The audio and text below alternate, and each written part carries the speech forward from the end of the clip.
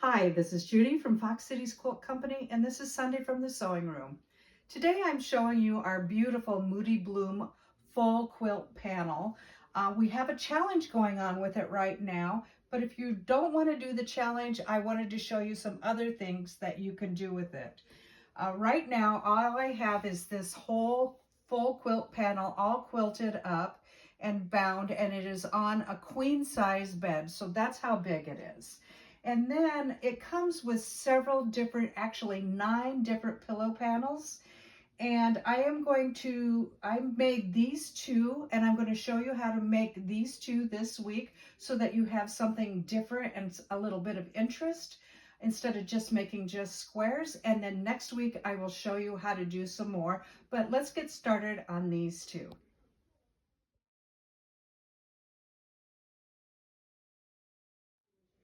Okay, the first pillow sham I'm going to show you how to do is this really large 26-inch square quilt. I have a 24-inch pillow in here because I wanted you to be able to see how I'm doing this.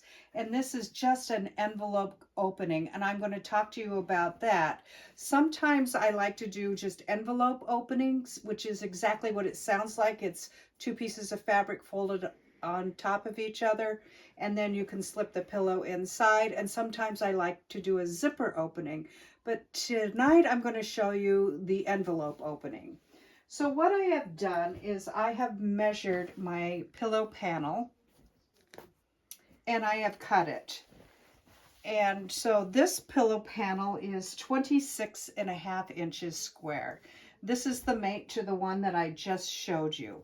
So then what I did was I measured backing fabric to 26.5 inches wide, and then I want to envelope it. So what I did was I took my 26.5 inches wide and I just kind of figured out what would work well as far as an overlap. So because it's a larger pillow, I wanted a larger overlap.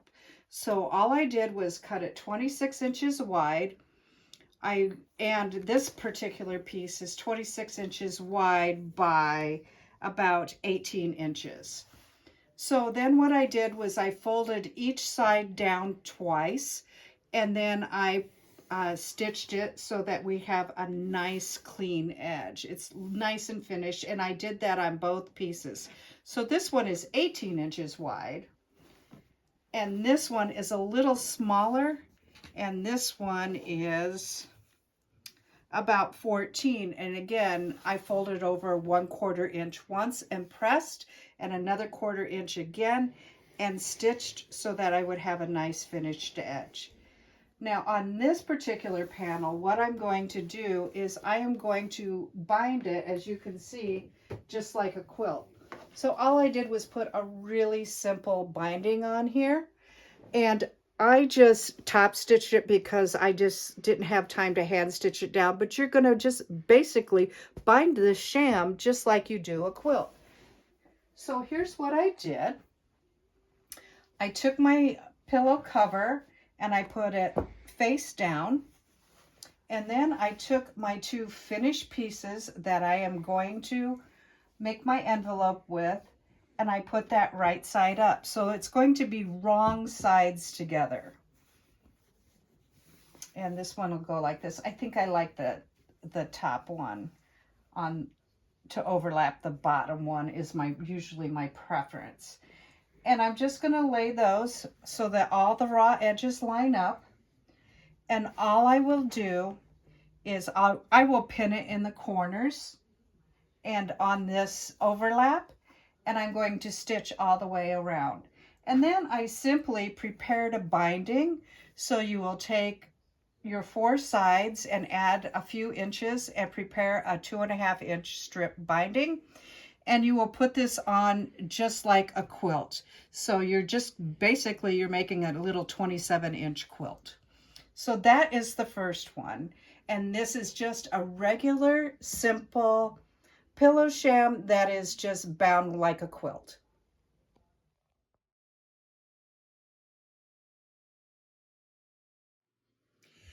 This pillow sham is a regular standard pillow sham, except I have a really fat pillow in here, so my envelope is gaping open. But you're still going to make your envelope back just like I did on the large one. And I wanted a little bit of interest, and I had some of this fabric left over from the back, so I decided to do a ruffle. And a ruffle is a whole lot easier than you think, and I'm going to show you how I did it. So first of all, I decided I wanted it fairly ruffly. So I took the length of my pillow and I times it by 2. And I put 2 strips together just like I did a big binding. But I wanted about 1.5 to 2 inch finished ruffle. So in order to get that, I have to take 2 times what I want it to be finished, plus 2 times the seam allowance. So in other words, I cut these at about 4 3/4 inches to 5 inches. So that is 2 times what I wanted the width of the ruffle to be, plus 2 times the seam allowance. And there was a 1/2 inch seam allowance on here. And let me show you how I made this ruffle. So what I did was I took my piece of fabric that I am going to ruffle, and this is just a scrap so that I can show you. And I made one long strip, just the length that I wanted it. It's either 1.5 or 2 times the width of your pillow. And I stitched 1/4 inch on each edge so that the edge of the ruffle will be finished. And then I'm simply going to turn that right side out. And now I'm going to go over to my sewing machine, and I have my laser light on so you can see. And then I also, oops, looks like I gotta put some thread in here. And I'm going to put in a dark thread so that you can see what I'm doing. Okay, get that out of there. All right, so on my sewing machine, you can either, if you have a basting stitch, use your basting stitch, or if you have, or just lengthen your stitches to as long as you can.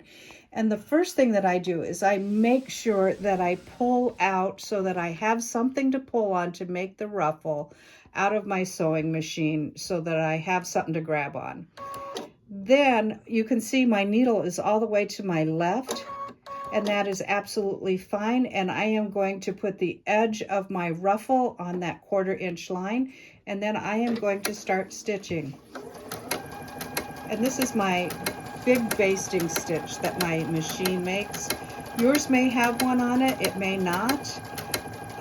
But if it doesn't, just lengthen the stitches as long as you can on your sewing machine, and you will get the same effect.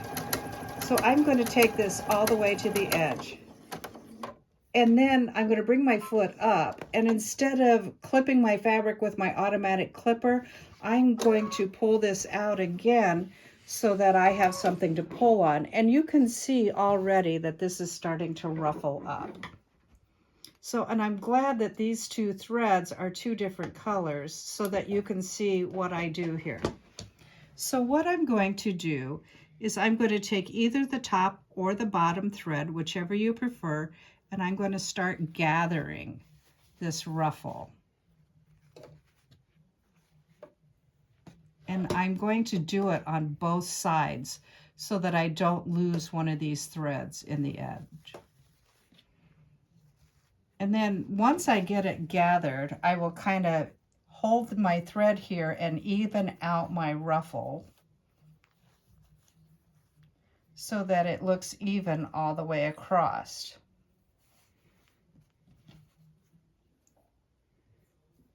And I'm just going to gather a little bit. And then I am going to show you, once you get this little ruffle made, let me grab another pillow. And what you will do is you will lay it on the inside so that your raw edges match.